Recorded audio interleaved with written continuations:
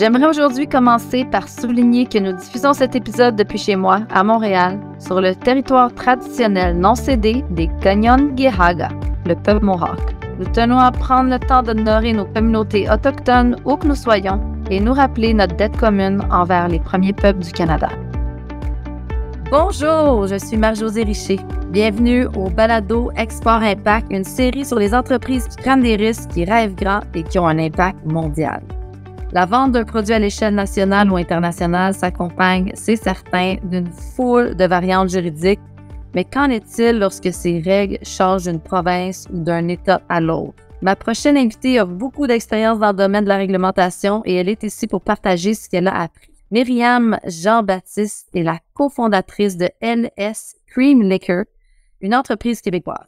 La spécialité de son entreprise est une liqueur de crème unique et apparemment extrêmement délicieuse. Je ne l'ai jamais goûtée, mais je me fais un devoir d'aller la goûter, qui rend hommage à ses racines haïtiennes. On va examiner les obstacles juridiques qu'elle a dû surmonter pour vendre ses produits aux États-Unis.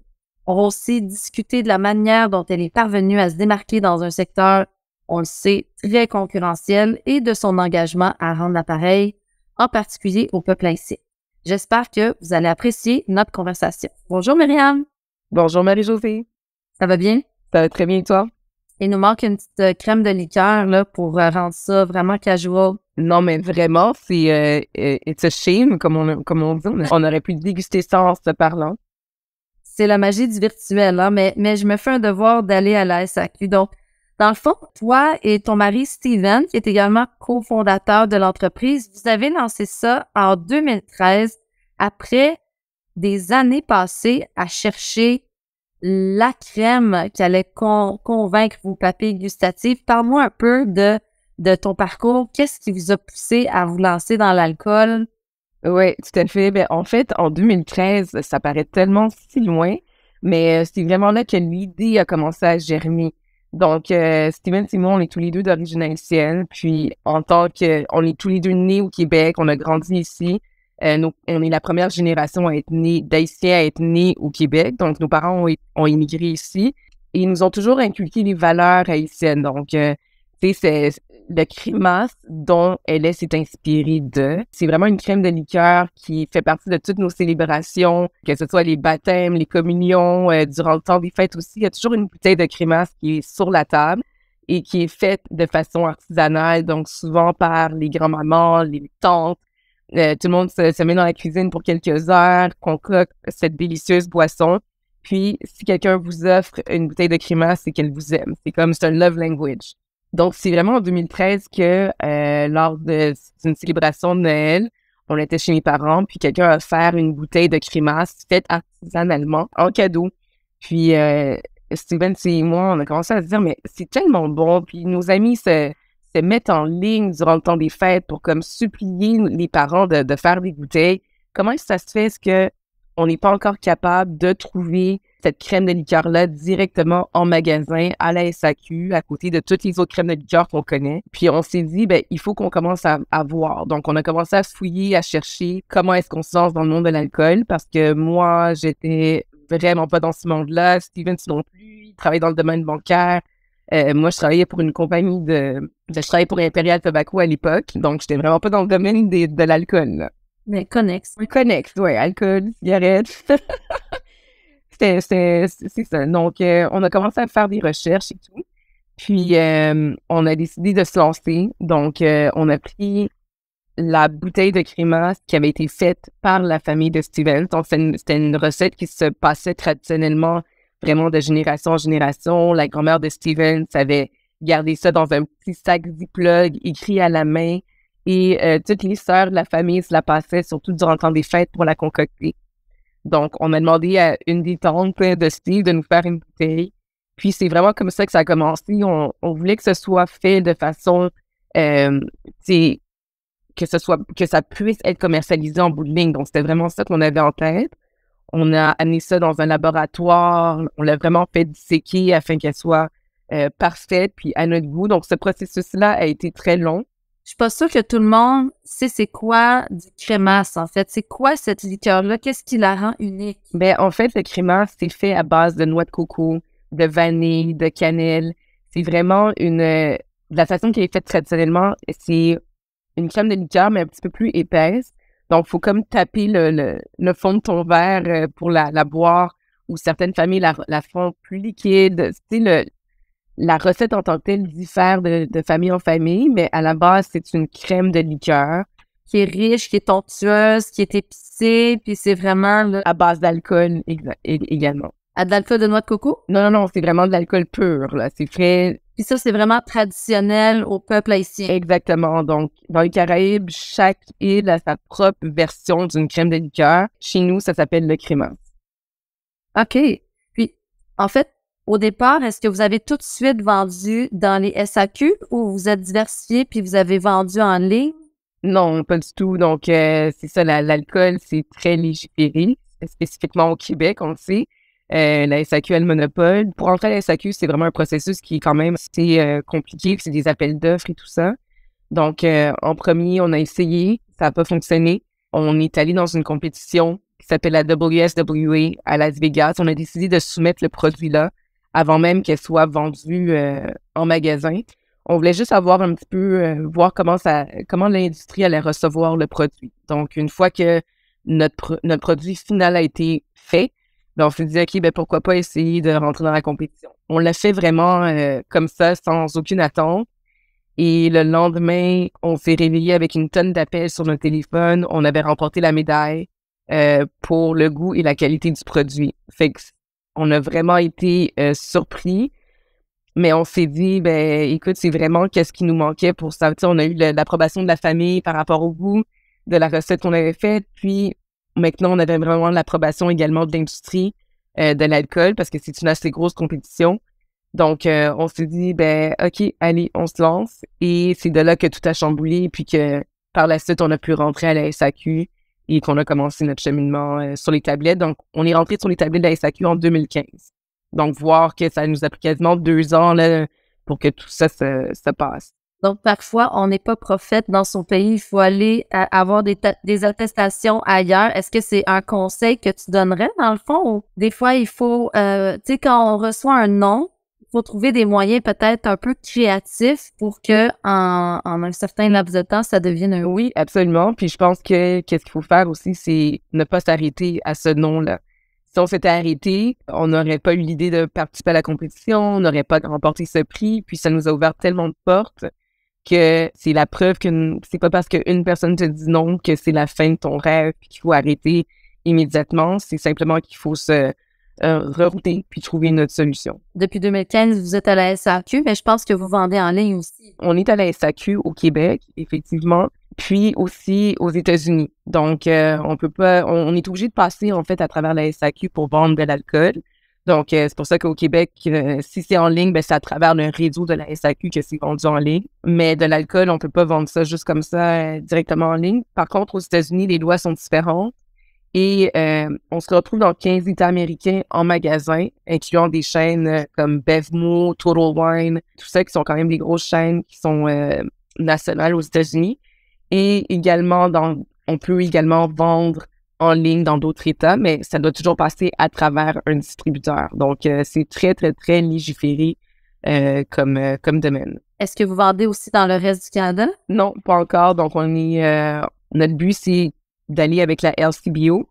Donc, de commencer après le Québec, ce sera justement la LCBO, puis ensuite les autres provinces. Comment vous avez fait justement pour comprendre toutes les législations dans la création d'une boisson, dans la vente de la boisson? Vous êtes informé par vous-même? Vous avez eu un réseau, un consultant? C'est beaucoup d'informations. Puis moi, c'est ce que je conseille vraiment à tout le monde, c'est qu'on s'est vraiment mis à l'intérieur de l'industrie. Donc, on a participé à plein de foires commerciales, à justement, encore une fois, des compétitions, des choses comme ça qui faisaient en sorte qu'on n'avait pas le choix d'apprendre. C'est sûr que ça a été beaucoup de essais-erreurs et je pense que c'est aussi des fois la meilleure façon d'apprendre. Mais par exemple, aux États-Unis, chaque État a sa propre loi par rapport à l'alcool. Donc, dès qu'on veut pénétrer un certain marché, ben il faut qu'on passe, il y a des lois, là. Il faut que tu fasses certaines choses spécifiques pour pouvoir être vendu dans cet État-là. puis il faut que tu sois conforme. Donc, c'est vraiment comme ça qu'on a réussi à le faire. On l'a fait dans un premier État. On a commencé par la Floride, ensuite on était à New York, au New Jersey, Connecticut, puis par la suite avec les distributeurs avec qui on fait affaire également, ben il y a une checklist justement qu'on doit respecter. Donc, c'est comme ça qu'on réussit justement à rentrer dans les marchés qu'on veut. Puis à quel moment vous vous êtes dit, bon, OK, c'est super le marché québécois, mais là, il faut aller ailleurs. Et pourquoi avoir choisi le marché des États-Unis? Qu'est-ce qui vous attirait de ça? Puis qu'est-ce qui vous aussi faisait peur peut-être là, de ce marché-là? C'est sûr que de créer une boisson alcoolisée à la crème au Québec, c'est pas quelque chose que, quand on a commencé, qui était ultra populaire. Les gens, si on avait les grosses marques qu'on connaît, le Baileys, la Marula, tout ça qu'on connaissait, mais si on recule, là, comme en 2013-2014, il n'y avait pas toute cette catégorie des crèmes qui a maintenant explosé au Québec, mais elle était beaucoup plus restreinte.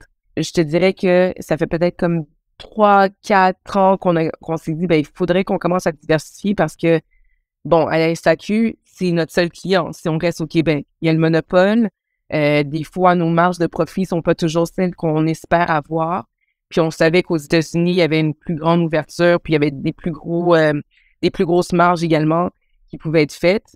On va pas se le cacher. Si on est en affaires, c'est pour faire de l'argent également.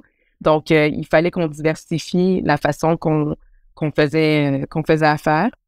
Puis, c'est vraiment le COVID, en fait, drôlement, qui a été un petit peu notre, comme on dit, notre blessing in disguise, parce qu'on a voulu vraiment se diversifier, puis on a vu qu'il y avait une grande ouverture par rapport à ça. Donc, c'est pour ça qu'on a choisi. Même avant l'Ontario, vous avez décidé d'aller stratégiquement aux États-Unis avant d'aller dans le reste. Oui, c'était de façon stratégique parce qu'il y avait une ouverture, justement, non seulement par rapport aux produits alcoolisés qui étaient détenus par des personnes issues de la diversité. Donc, aux États-Unis, on sait tout ce qui s'est passé là-bas. Il y a eu une grande explosion de justement de support par rapport à des produits qui sont issus des communautés noires ou diversifiées ou tout ça. Donc, on a vraiment décidé de faire ce saut-là à cause justement du COVID puis l'ouverture qu'on voyait. Donc, ça a été une porte d'ouverture. Est-ce qu'il y avait des programmes spécifiques, hein, justement, pour les communautés, pour entrer dans ce marché-là, pour une aide quelconque? Oui, ben c'est sûr qu'il y a eu plusieurs facteurs qui sont venus juste accélérer notre décision, dans le fond. On était déjà tourné vers les États-Unis. On voulait garder notre présence au Québec parce que c'était important pour nous. On vient du Québec, c'est important pour nous d'être présents.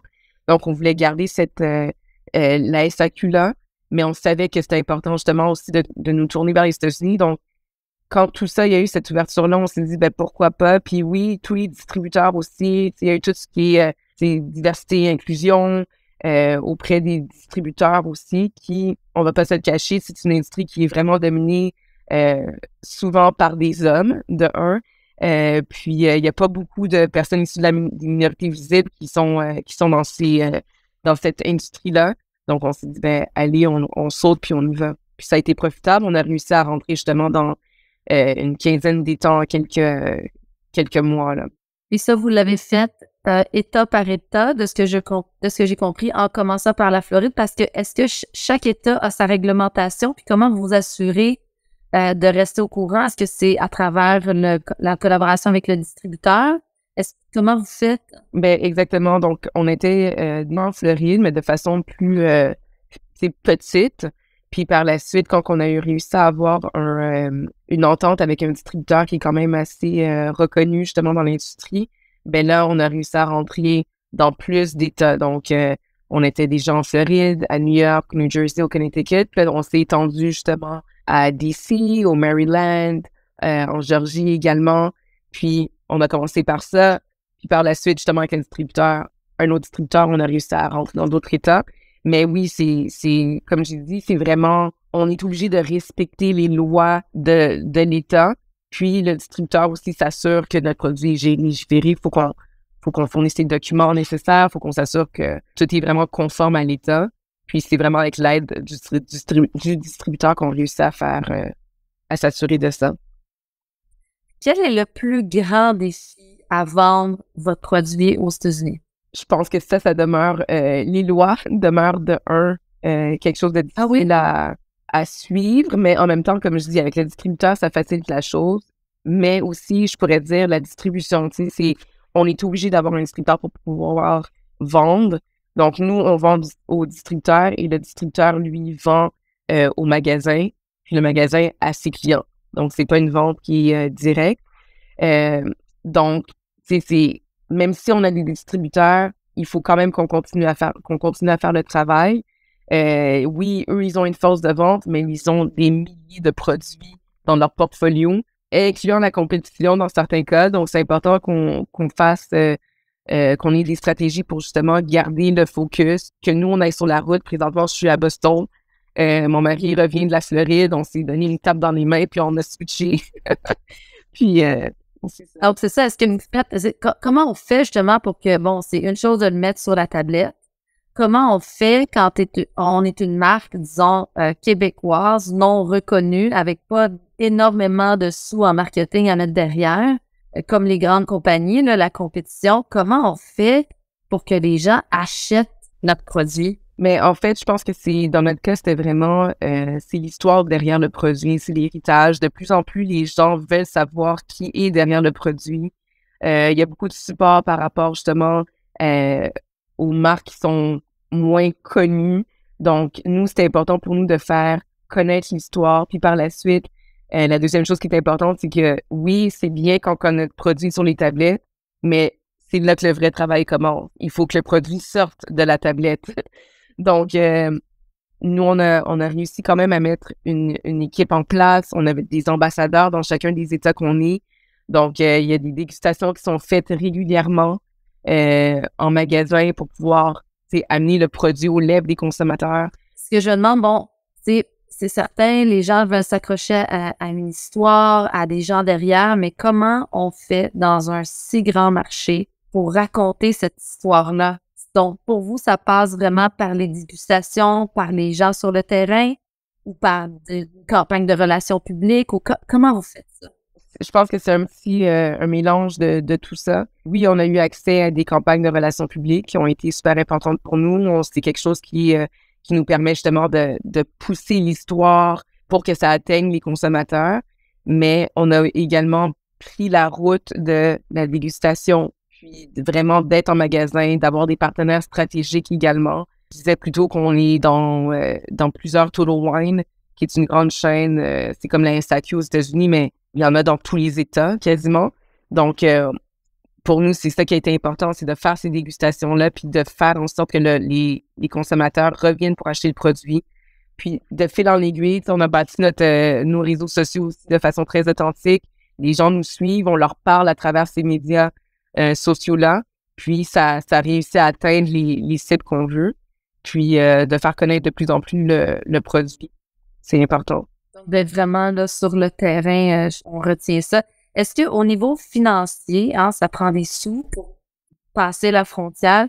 Est-ce qu'il y a des programmes ou des services publics qui vous ont aidé à financer l'exportation?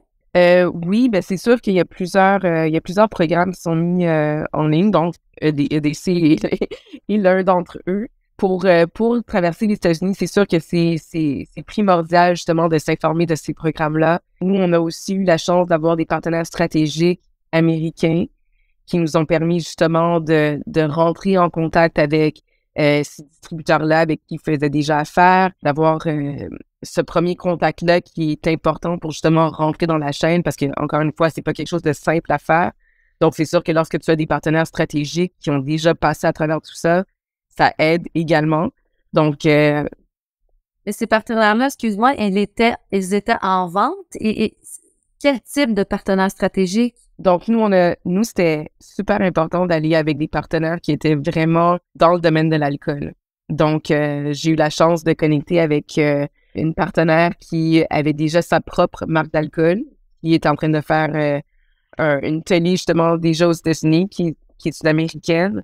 Et c'est justement de là que ça a commencé notre relation. Puis, c'était vraiment une forme de mentorat au départ qu'on avait. C'était une relation comme ça qu'elle m'aidait vraiment à à naviguer à travers toute cette industrie-là. Puis, à un moment donné, on s'est parlé, puis elle m'a dit, ben, écoute, je vais investir, je vais devenir partenaire. Donc, c'est comme ça que ça a commencé. Puis, par la suite, on a eu un autre partenaire avec qui elle faisait déjà affaire. Donc, c'est vraiment le pouvoir des relations aussi, quelque chose de super important.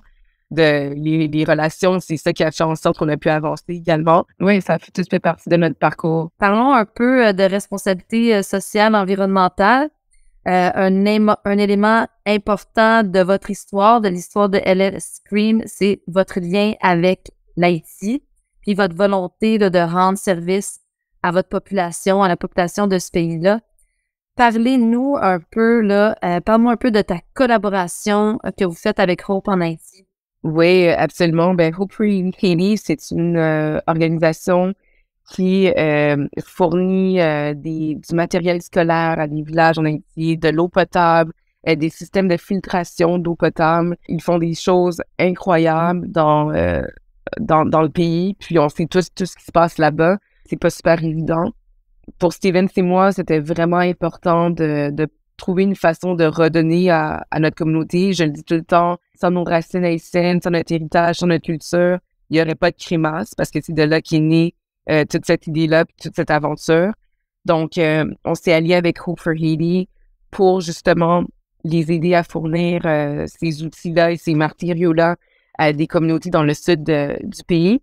Et juste l'année dernière, justement, c'était vraiment agréable à voir parce que puis on a été super reconnaissants dans une certaine façon de voir ça. Ils nous ont envoyé des photos justement de tous les systèmes de filtration d'eau qu'on avait réussi à collaborer pour donner des fonds pour que justement ces familles-là puissent se procurer des systèmes de filtration d'eau. Donc, c'est quelque chose qu'on veut continuer à faire. C'est notre façon de redonner. C'est notre façon aussi de garder cette connexion-là puis de s'assurer qu'on est capable de redonner justement à notre communauté. Ça amène un certain sens. J'ai pas demandé, qu'est-ce que ça veut dire LS? LS, en fait, ce sont les initiales de la grand-mère de Stevens parce que c'est sa recette qu'on a pris. Donc, c'était important pour nous de lui rendre hommage et avec les initiales mélangées justement de Stevens. Donc, c'est une façon pour nous juste de garder cette fondation et de savoir qu'on continue à lui rendre hommage. On dit que les clients d'aujourd'hui sont attirés par des marques qui sont transparentes à propos de leur impact social. Est-ce que, d'après vous, c'est ce que dit votre expérience aussi? Est-ce que les gens veulent en savoir plus sur votre impact avec Hope? Oui, absolument. Je pense que souvent, même lorsqu'on fait affaire avec des distributeurs ou qu'on approche des distributeurs, c'est une question qu'on se posait souvent. OK, comment est-ce que c'est quoi votre impact social, tout ça. Donc, au-delà de ça, nous, on le faisait même avant que ça devienne, entre guillemets, à la mode. Cet impact social-là a toujours été important pour nous à cause, justement, des origines du produit, puis juste notre conscience en tant que tel, on voulait pouvoir redonner puis faire quelque chose pour avoir un impact. Donc, oui, absolument, je suis d'accord. Est-ce que vous voyez un engouement de plus en plus marqué pour les produits alcoolisés plus ethniques? Je pense que non, pas nécessairement. Je veux dire, tu sais, NS, c'est une crème de liqueur qui est inspirée d'une recette haïtienne, qui est fièrement inspirée d'une recette haïtienne. Puis oui, ce sont deux fondateurs haïtiens qui sont derrière le produit. Mais c'est pour tout le monde. On veut que tout le monde puisse y goûter. On veut partager une partie de notre héritage, justement, avec le monde entier. Donc, je pense que on est là au même titre qu'un Baileys qui est une crème de liqueur irlandaise, qu'un Amarula, que toutes ces crèmes de liqueur québécoises également qui sont sur le marché présentement. Donc, je pense que les gens sont juste attirés, curieux par justement l'histoire qui est derrière le produit. C'est un produit qui est de qualité. On a gagné de nombreuses médailles également pour le goût et sa qualité. On est coté à 93 points sur Wine Enthusiast, qui est une très, très bonne cote pour le produit. Donc, je pense que tous les éléments sont là, en plus de l'héritage qui est derrière tout ça. Je pense que ça fait juste renchérir le produit. Ma question, elle est dans le sens où on a vu au niveau de l'alimentation que les produits ethniques, que ce soit asiatiques ou du monde ou africains, prenait vraiment de plus en plus d'ampleur justement parce que le consommateur est plus curieux, il veut plus une diversité et tout ça. Et les papilles, là, ils veulent aller goûter à autre chose. Puis je me demandais si dans l'alcool, c'était un peu ça. Le consommateur était un petit peu plus friand d'alcool, peut-être différent ou un petit peu plus curieux à essayer des nouvelles choses. Là, c'était vraiment dans ce sens-là. Oui, absolument. Puis même, on l'a vu durant les dernières années, justement, tout le monde était à la maison. Les ventes d'alcool ont augmenté, ont explosé même. Mais oui. Oui, c'est ça. Puis on faisait souvent justement des sessions live sur Instagram, par exemple, de cocktails, comment utiliser justement le LS dans différents cocktails et tout ça. Puis ça a connu du succès parce que, comme tu dis, les gens étaient curieux à savoir, OK, qu'est-ce que je peux utiliser de nouveau? Tu sais, je connais déjà ces marques, qu'est-ce qu'il y a de nouveau sur le marché, puis comment est-ce que je peux les utiliser? Donc, tout à fait.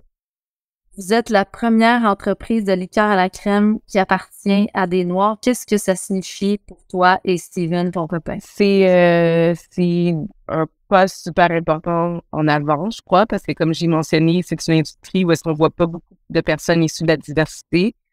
Je suis certaine qu'il y a plein de personnes de ma communauté ou des gens, justement, encore une fois, issus de la diversité qui ont peut-être essayé de pénétrer cette industrie-là puis qui ont été arrêtés par toutes sortes d'obstacles ou quoi que ce soit. Donc, pour nous, c'est un devoir de continuer à surmonter ces obstacles puis à ouvrir des portes pour tous ceux qui voudraient, justement, s'investir dans le domaine de l'alcool, dans l'industrie de l'alcool. C'est un petit peu mitigé parce que je trouve que non, tu sais, oui, on est les premiers, mais je suis contente qu'on soit les premiers, mais je trouve que ça a peut-être pris un petit peu trop de temps. Mais c'est sur nous, c'est sur notre devoir, puis on le prend vraiment avec... on trouve que c'est quelque chose d'important, puis on se bat justement pour continuer, puis que tout le monde qui veut ouvrir, qui veut rentrer dans cette industrie-là puisse le faire également sans trop d'obstacles. C'est quoi la prochaine étape là, pour LS Cream? Ben pour nous, en fait, c'est de continuer justement d'être au Canada, donc élargir notre distribution au Canada, de continuer la même chose parallèlement aux États-Unis, puis éventuellement de traverser quelques océans, puis de se rendre dans les océans, oui, puis de se rendre dans d'autres marchés. Est-ce que vous êtes vendu en Haïti? Non, on a commencé, il y avait des bouteilles qui se sont retrouvées en Haïti au tout début. Par contre, ça a été un petit peu difficile par rapport à les suivis puis la distribution, juste à cause un petit peu de l'instabilité. Mais ça reste à 100% dans nos objectifs de ramener ça là-bas puis de continuer à faire briller justement notre pays d'origine à travers ce produit-là, de le faire connaître à plusieurs personnes. Est-ce que tu aurais des conseils à donner aux entrepreneurs qui veulent se développer à l'international? De s'informer, de se tremper dedans, d'être vraiment à l'affût de tout ce qui se passe dans le marché qu'on veut pénétrer, puis par la suite de foncer parce qu'on ne sera jamais prêt à 100%, puis si on attend à ce que tout soit parfait, ben en fait, on s'avancera jamais. Donc, c'est mes conseils. Est-ce qu'il y a une histoire d'échec complet où vous avez essayé quelque chose puis ça a vraiment là, ça n'a pas marché? Je peux pas penser, non. Je peux pas penser. Je pense qu'on a toujours réussi à tirer notre épingle du jeu puis à trouver une façon positive de ressortir, de nous réaligner. Absolument. Je peux pas penser nécessairement à quelque chose qui nous a vraiment été considéré comme un échec total. Au contraire, ça a juste été un apprentissage à chaque fois. Puis ça nous a permis de juste continuer à apprendre. Ben merci. En tout cas, je vous souhaite tout le succès que vous méritez. Je me fais un devoir d'aller acheter ça à l'ESAC, de siroter ça. Je suis certaine que c'est délicieux. Merci vraiment pour cette belle conversation, Myriam. Merci. Je vous souhaite tout le succès. Merci de nous avoir rejoints aujourd'hui sur le balado Export Impact. Si vous voulez en savoir plus sur la manière et protéger votre entreprise contre les défis juridiques privés et publics, EDC est là pour vous accompagner. On a mis en lien notre dernier webinaire dans la description de cet épisode. Si vous avez apprécié l'épisode d'aujourd'hui, on serait ravis que vous vous abonniez, que vous notiez et que vous laissiez un commentaire sur votre plateforme de streaming préférée. C'est un rendez-vous dans quelques semaines.